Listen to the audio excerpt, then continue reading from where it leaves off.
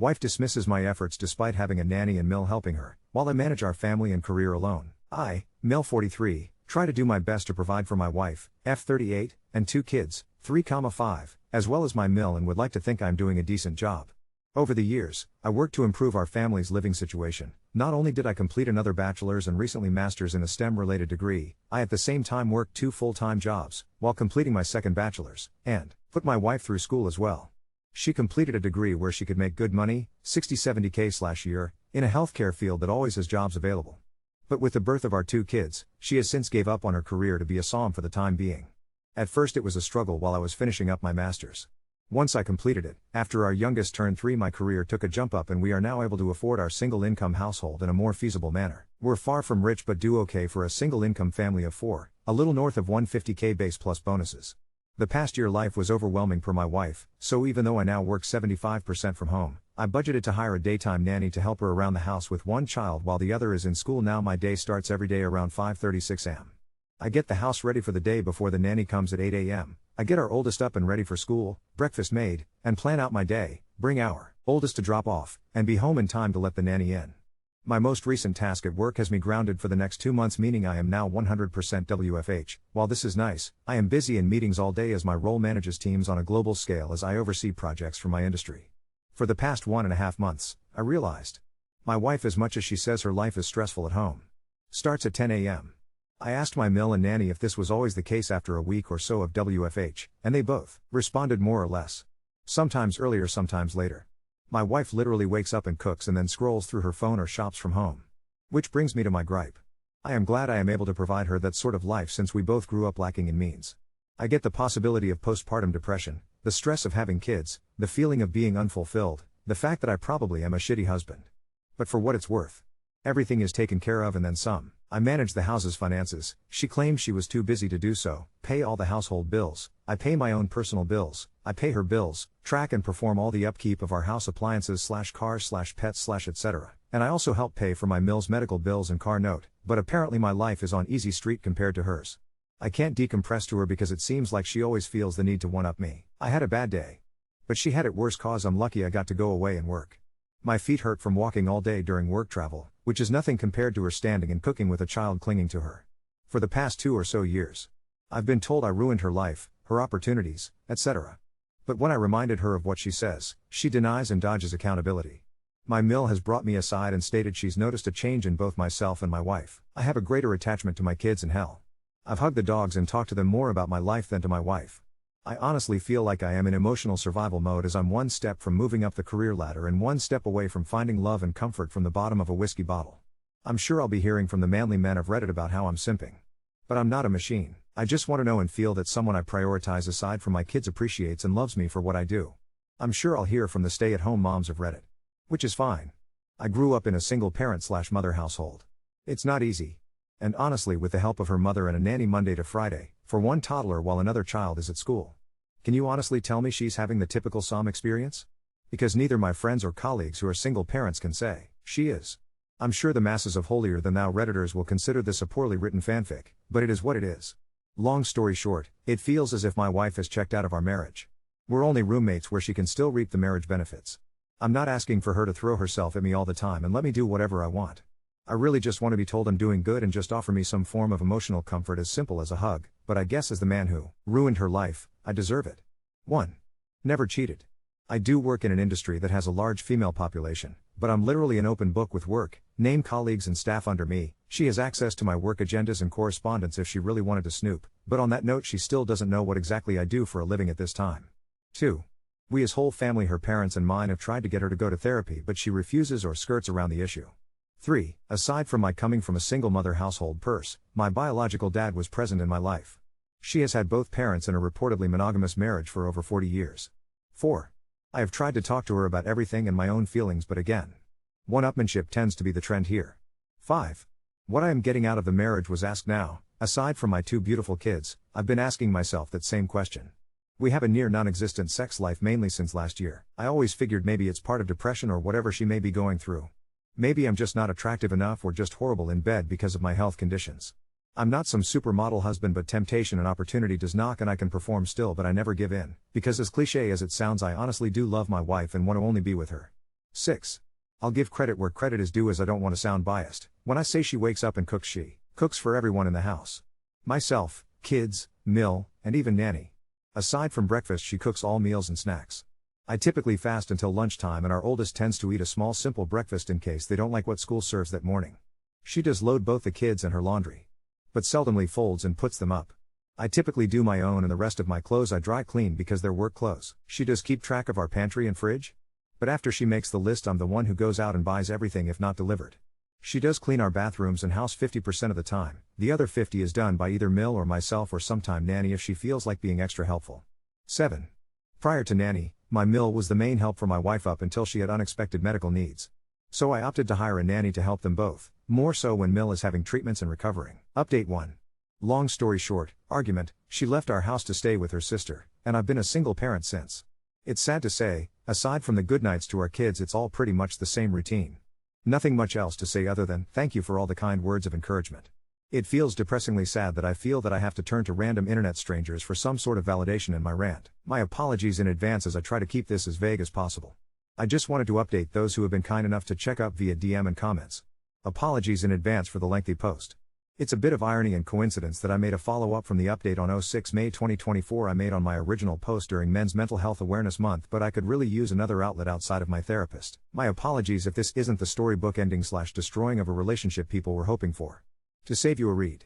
Wife left. Came back like nothing happened. She made it about her. Nothing's changed. I'm continuing to be suffering mentally, knowing nothing will change while trying to keep it together for our kids. Lots of takeout. The day after she packed up and left, my wife attempted to come back and take the kids with her to her sister's. Naturally I was against this, and thankfully so was her whole family, including said sister. Not only was it not fair to our kids for her to sweep them away into a home that's not theirs, but to put that financial and housing stress on the rest of her family, since she doesn't work and her sister and her family, husband and 3 kids, stays with their dad in the house they grew up in. After a little over a week of being away, I guess she cooled off, so she just decided that it would be fine if she walked in the door with her bags as if she just came back from Target. She came into my office while I was working and angrily stared at me while I sat on a conference call meeting with my team, and I couldn't just jump off as this is a busy time of the quarter for us. I guess that didn't sit well with her, because once I took off my headset and closed my laptop, she started yelling at me about how much I really don't care about her and her well-being overall. At that moment I couldn't do anything more than look at her and just shake my head. Mother-in-law came in after hearing my wife yelling and pulled her away, telling her to not bother me, while our nanny kept our youngest away from it all on the other side of the house. That night after the kids were put to bed, I sat in my office by myself with a drink, as I've been doing for the past nights, and my wife came in. We talked. We argued. We cried. We drank. One thing led to another and we were in bed.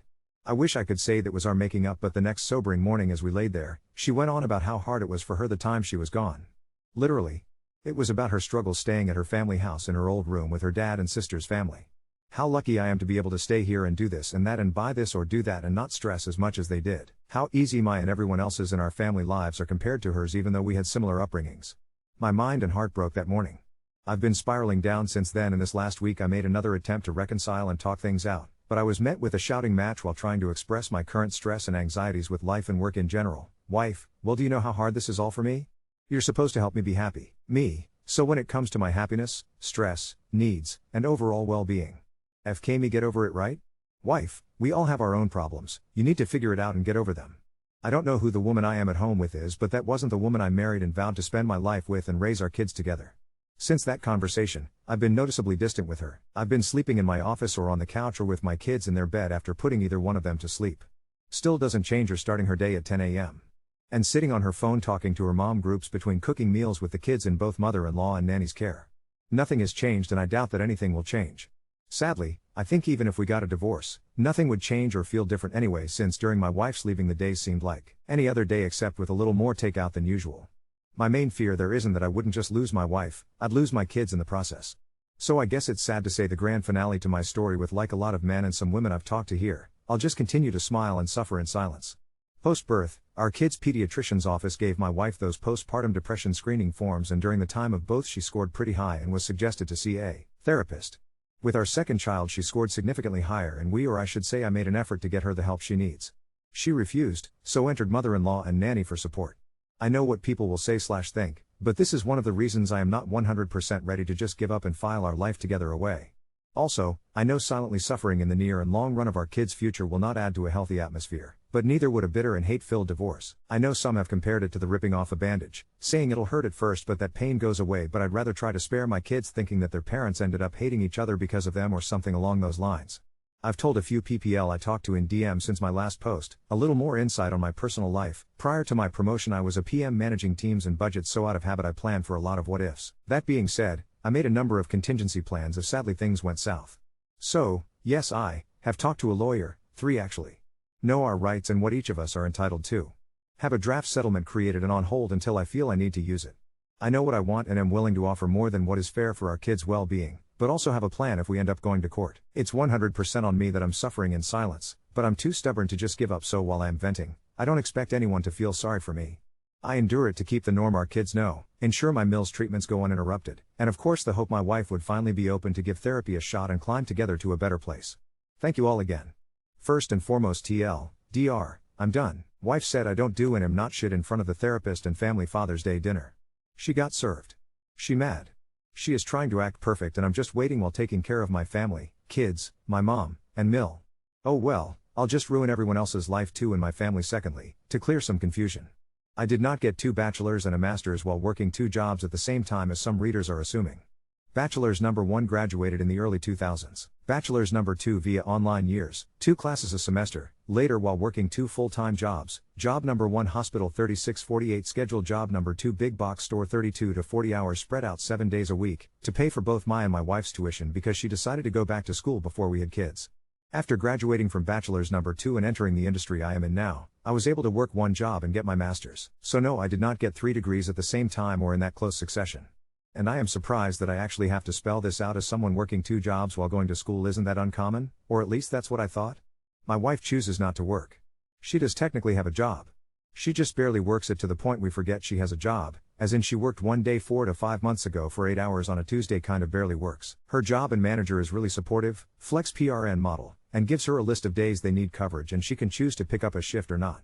While she can work more and only does just enough to keep up her license, she complains to our family of her career being on hold for one reason or the other, although she has the opportunity to work more if she opted to.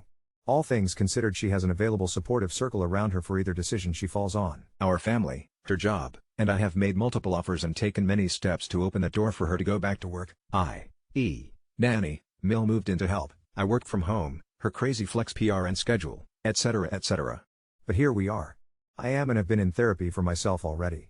Aside from what I deal with at home, my work can be very debilitating in regard to my mental health as well as physical at times. Since I can't find the support I need mentally and physically at home with my wife, I've opted to attend therapy rather than find comfort with someone outside of the home or at the bottom of a bottle.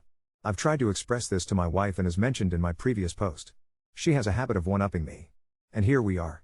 My in-laws are still married. Given the circumstances in our home, my Mill moved in to help out my wife, while my Sil and her family moved back into their parents' house, due to their own reasons. Sil and her family can save money while getting back on their feet, and my wife and I benefit from Mill's help and we can keep a closer eye on her while she undergoes bi-monthly treatments. My wife, by means of questionnaires, is highly suspected to have PPD alongside with a history of symptomatic OCD, ADHD, amongst other ailments that over the years she refused to get evaluated for or refused to accept results given. I knew what I was getting into and I love and accepted my wife for these flaws as she did mine at the time. Spare me or I don't feel sorry for you or pity. I am like every other man who fell in love and wanted to give my person the best of me and the world I can offer. But again, here we are. There's a lot of manly men/Red Pill Nation guys out there complaining and saying I'm simping over my wife. While I respect your own opinions and perspectives, I will outright say, if this situation was only affecting my life, I would have left a long time ago. As one Redditor said in a past comment that stuck to me, I am the kind of person that will take a bullet for his kids. Maybe it's in a different context intended, but to protect my children from any harm physically or mentally. I'll take the proverbial bullet if and as needed. I'd like to think other dads out there would respond to the duty to protect their children, and that's why I endured as much as I have. For the time being, I would rather my wife use me as an outlet for whatever her problems were versus our kids. Thank you all for the comments and reaching out. I've met many strangers who have become great Reddit pen pals and some who have been in the know of every step that has been progressing to this point. I am surprised at how far this has gone, from other subreddits, other platforms, and even YouTube. Love me, hate me, say it's all fake, no matter where you stand. Thank you for all the constructive comments and DMs to check in. Our kids and myself are going to be alright moving forward. Now for the update. The end of an era. This will be shorter than some expected, as really there's not much to say but just satiate the questions some of you may have had and give people the satisfaction of the "I told you so" moment on Reddit. After a hard push from our family via an intervention, my wife and I finally attempted to go to marriage counseling. I'm sure many of you can guess how well that went. Blame. Tears. Regrets. Gaslighting. With a side of "I am the reason for her life being ruined and horrible." Again. Just this time in front of a licensed therapist instead of Reddit or mom groups. In the end, everything the therapist suggested and noted went over her head and ignored as it was, against the grain of her status quo. One thing I guess worth saying was the therapist asked if she could recall when she last truly felt happy. Her response was about 12 or so years ago. Please note, 12 years ago she was still in her 20s. Childless. Living with her ex. A vastly different time and position in life. I know it's petty of me, but I guess if that's when she was last happy, it wouldn't be that far of a stretch for her to find that happiness again, since her ex is in the same apartment, job, and place in life that he was 12 years ago. Which is fine, if that's how you want to live life. I try not to judge, but in my 40s with kids, going clubbing 3 to 4 days a week is not my jam anymore. And of course, I don't want my kids around a mom and company who drowns themselves in White Claws. To add, I know some will ask, I know and can confirm she hasn't physically cheated on me but can't confirm if she did emotionally, if that's the right term. After said therapy session I checked all her phone records and didn't see anything out of the ordinary, but I also didn't bother to check apps like IG or Snapchat. I know I'm probably boring, but shout out to all the Costco dads whose Sunday Funday includes making rounds with kids for samples. The following weekend was Father's Day, and this year as expected not that big of a celebration as it is for many dads out there. Our family got together to celebrate with a barbecue and just simple family time, and my wife treated it like any other day. Sleep in. Get up. Cook. Phone. Shop. Attempt to play with kids. Phone. During said family barbecue my wife said she felt ill, so she sat around most of the day while the rest of the family as a whole made the experience enjoyable. When everything was set up and the family all sat at the table, her parents and sister's family, my mother, our kids, admittingly it was a great spread, nothing extravagant but just a great meal for everyone. I was conversing with my brother-in-law about both of our kids' school Father's Day activities and I assume my wife overheard when I mentioned that it was a little sad to see some kids sit alone without their fathers during the breakfast with dad event I attended. She blurted out with a laugh loud enough for the whole room to hear, "It's not like you do anything anyway, I could have gone instead." At that moment I was red and at a loss for words, sitting there processing what she said in my head, while the dining room went dead silent. My mill broke the awkwardness and in response said, "Well, maybe if you feel that way, one of you should divorce the other." My wife looked at my mill confused that she would respond with that and laughed mockingly in my direction and with her hand pointing at me said, "As if another woman would want a man like him? Just look at you." While the room sat silent, I was angry, heartbroken, confused, and embarrassed all at the same time. In manly man fashion, I just nodded my head in silence, stood up, and picked up my keys and got in my truck and drove off to get a drink while trying to ignore the cries of the rest of the family and our kids telling me to stay. I don't know what was said or done while I was out of the house the rest of Sunday, because I couldn't bring myself to check our house cameras, but when I returned early Monday morning, the house had a completely different feel. As usual, I woke up around 6, got the house and our oldest ready for school drop-off. Checked emails. Checked messages, nothing out of the ordinary. As I was getting dressed to leave, my wife laid in our bed snoring lightly. All I could do was look at her and think of what we had. And now lost. I've decided. I'm done. I can't do this anymore. I texted my lawyer that morning to move forward with serving her. Fast forward to last week, she was served at our home, reminder to people I had no choice but to be there because I work from home. She had, I guess what you could call a mini meltdown and came into my office screaming how could I do this to her? Her mother intervened, and that was met with me supposedly turning her whole family against her. But I digress. I probably would have felt bad if it wasn't immediately followed by the rest of her week acting as if she's been this active and attentive wife and mother the past few years. Sure, people can say she's making an attempt. But she's made many attempts and historically we fall back to where we've been. For those curious, I am aiming for full or at least majority custody of our kids. I already and will continue to cover all the expenses for our kids, insurance, tuition, both of our kids will be attending private schools come fall, medical bills, etc. My mill has given me the courage and strength that helps supplement my own mother's support throughout this. Basically she is what I hope the kind of mother/wife my wife would have been to our kids and me. Out of respect for my mill as well as per my own mother's shared wishes, I will continue to help oversee and contribute financial help if needed during her treatments.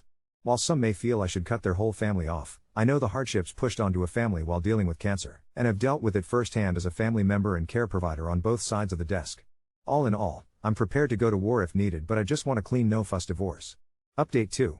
Since my last update, I've been under the scrutiny of our social circles and labeled every typical toxic man/husband stereotype that Facebook, TikTok, and Instagram has to offer. As much as I hate the saying, I kind of understand the, you know my name but not my story posts now. With that said, these strangers or alienated family and friends can take their opinions and go FK themselves because in the end, if our kids are happy, healthy, and flourishing under my toxic household, what's it to you? The more important updates: we're divorced. I have majority custody, and even though my ex is now trying to be the present mother whenever her now busy schedule allows, it is too little too late. My Mill continues to be responding well to treatments and Sil has now taken over where my ex was supposed to be and helping oversee her care. Post-divorce, I recently moved homes and jobs and accepted the next step forward career-wise, which my company has been kind enough to slowly transition me into the role as leadership understands what I'm going through at home. Interestingly, it's amazing how common my story is amongst my colleagues and network. I am sad/happy to say I am now one of the newer members of the Fellowship of Divorce Directors and Execs. As sad as it may sound, it is nice to know that many understand and are willing to offer a high degree of support, advice, assistance, and guidance as needed. The divorce itself was quick, but it still had its sad and angry moments, and many of the people in my camp think my ex got away with robbery. But the fact that I was awarded majority custody and per agreement have our kids, almost, every day and know they're safe under my roof is worth every cent. While I had no say or real cares how my ex moved forward with mediation as long as she agreed to terms, I think the biggest slap in the face to me was how she delegated her boyfriend as someone to advise her throughout this process, because his opinion is more important than any lawyer who isn't looking out for my best interest. At this point, the holidays were around the corner, and I didn't want this to disrupt the holidays for our kids and family. While I was prepared to go to court, my ex did not want to diminish her payout and I just wanted things over and done with. I'll leave out the finer details of the terms, but in exchange for having majority custody and taking care of all expenses related to our children, I would give her that lump sum she was aiming for with no request of child support on my end. She kept all her tangible possessions, i.e., car, bags, clothes, jewelry. I had to sell the home and split the profits from the sale and foot the bill on taxes, gave her almost all our joint bank accounts after legal fees, and to top it off, laughably she argued rights to alimony, which she's not getting.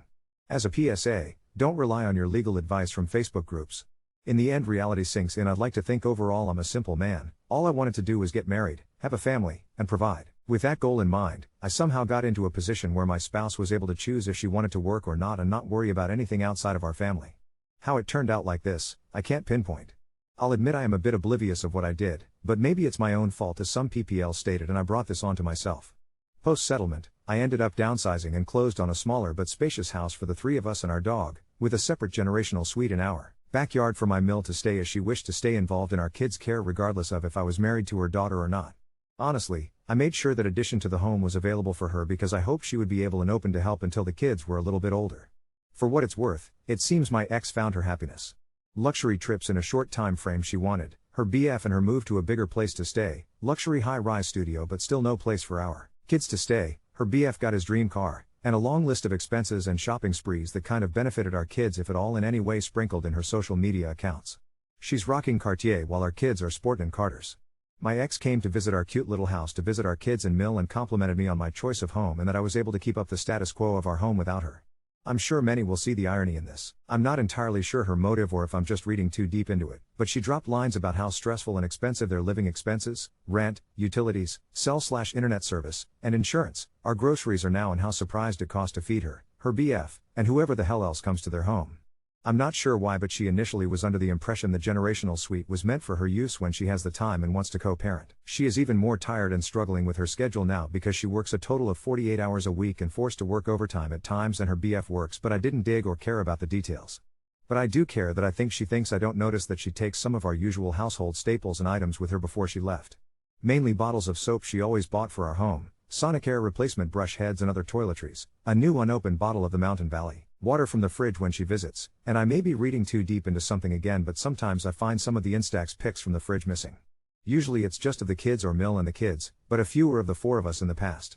Although her White Claw fund takes precedence over their home's Charmin 2-ply supply, I try to be as accommodating as possible so that she can still be involved with our kids, allowing her to drop by our home whenever, if ever, she can. Still, work primarily from home, so I'm always here, and keeping her in the loop about their activities and such.